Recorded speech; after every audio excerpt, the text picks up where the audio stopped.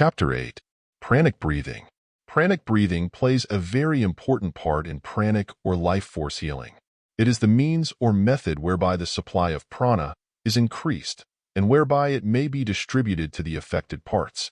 Pranic breathing is based upon the unceasing vibration which is always in evidence throughout all nature. Everything is in constant vibration. There is no rest in the universe. From planet to atom, everything is in motion and vibration. If even a tiny atom would cease to vibrate, the balance of nature would be disturbed. In and through incessant vibration, the work of the universe is performed. Force or energy is constantly playing upon matter and producing the phenomena of life. The atoms of the human body are in a state of constant vibration. Vibration and motion is everywhere in evidence in the human economy. The cells of the body are constantly to be destroyed, replaced, and changed. Change everywhere and always.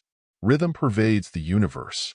Everything from the greatest sun to the tiniest atom is in vibration and has its own particular rate of vibration.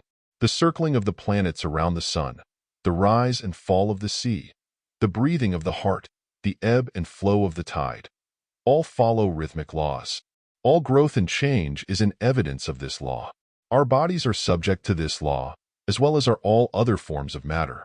And upon an understanding of this law of rhythm depends largely the yogi theory of breath and pranic healing. By falling in with the rhythm of the atoms of which the body is composed, the yogi manages to absorb a great amount of prana, which he disposes of to bring about the results desired by him. The body which you occupy is like a small inlet running into the land from the sea. Although apparently subject only to its own laws, it is really subject to the ebb and flow of the tides of the ocean.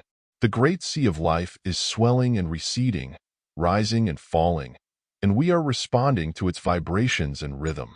In a normal condition, we receive the vibration and rhythm of the great ocean of life and respond to it. But at times the month of the inlet seems choked in with debris, and we fail to receive the impulse from Mother Ocean, and inharmony manifests within us. You have heard how a note on a violin, if sounded repeatedly and in rhythm, will start into motion vibrations which will in time destroy a bridge. The same result is true when a regiment of soldiers crosses a bridge, the order being always given to break step on such an occasion, lest the vibration bring down both bridge and regiment. These manifestations of the effect of rhythmic motion will give you an idea of the effect on the body of rhythmic breathing. The whole system catches the vibration and becomes in harmony with the will, which causes the rhythmic motion of the lungs, and while in such complete harmony will respond readily to orders from the will. With the body thus attuned, the yogi finds no difficulty in increasing the circulation in any part of the body by an order from the will, and in the same way he can direct an increased current of nerve force to any part or organ, strengthening and stimulating it. In the same way the yogi by rhythmic breathing catches the swing, as it were, and is able to absorb and control a greatly increased amount of prana, which is then at the disposal of his will. He can and does use it as a vehicle for sending forth prana to others. Rhythmic breathing will increase the value of mental healing, magnetic healing, etc., several 100%. In rhythmic breathing, the main thing to be acquired is the mental idea or rhythm. To those who know anything of music, the idea of measured counting is familiar. To others, the rhythmic step of the soldier, left, right, left, right, left, right, 1, 2, 3, 4, 1, 2, 3, 4, will convey the idea. The yogi bases his rhythmic time upon a unit corresponding with the beat of his heart. The heartbeat varies in different persons, but the heartbeat unit of each person is the proper rhythmic standard for that particular individual is his rhythmic breathing. Ascertain your normal heartbeat by placing your fingers over your pulse, and then count 1, 2, 3, 4, 5, 6, 1, 2, 3, 4, 5, 6, etc., until the rhythm becomes firmly fixed in your mind. A little practice will fix the rhythm, so that you will be able to easily reproduce it. The beginner usually inhales in about 6 pulse units, but he will be able to greatly increase this by practice. The yogi rule for rhythmic breathing is that the units of inhalation and exhalation should be the same, while the units for retention and between breaths should be 1/2 the number of those of inhalation and exhalation. The following exercises in rhythmic breathing should be thoroughly mastered, as it forms the basis of numerous other exercises to which reference will be made later. Now begins the rhythmic breathing practice. 1. Sit or stand in an easy posture, being sure to hold the chest, neck, and head as nearly in a straight line as possible, with shoulders slightly thrown back and hands resting easily on the lap. In this position, the weight of the body is largely supported by the ribs, and the position may be easily maintained. The yogi has found that one cannot get the best effect of rhythmic breathing with the chest drawn in and the abdomen protruding. 2. Inhale slowly a deep breath, counting 6 pulse units. 3. Retain, counting 3 pulse units. 4. Exhale slowly through the nostrils, counting 6 pulse units. 5. Count 3 pulse beats between breaths. 6. Repeat a number of times, but avoid fatiguing yourself at the start. 7.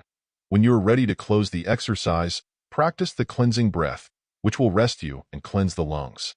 After a little practice, you will be able to increase the duration of the inhalations and exhalations until about 15 pulse units are consumed.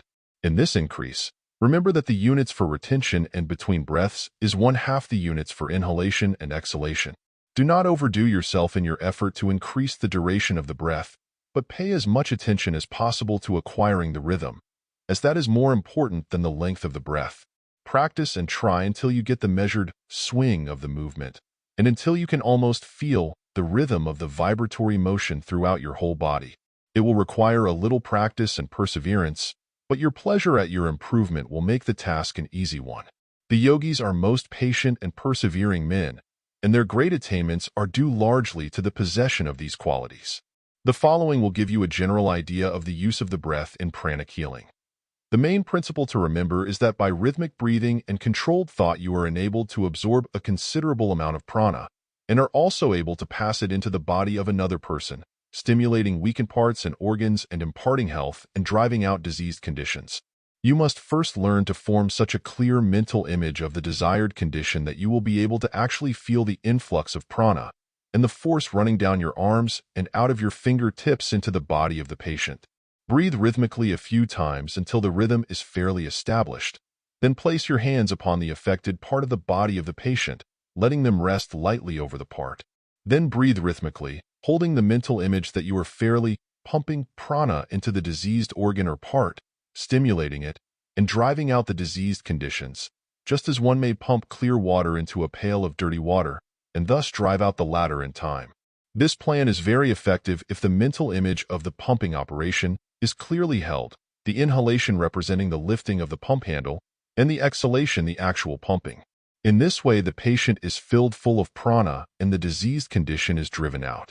Every once in a while, raise the hands and flick the fingers as if you were throwing off the diseased condition.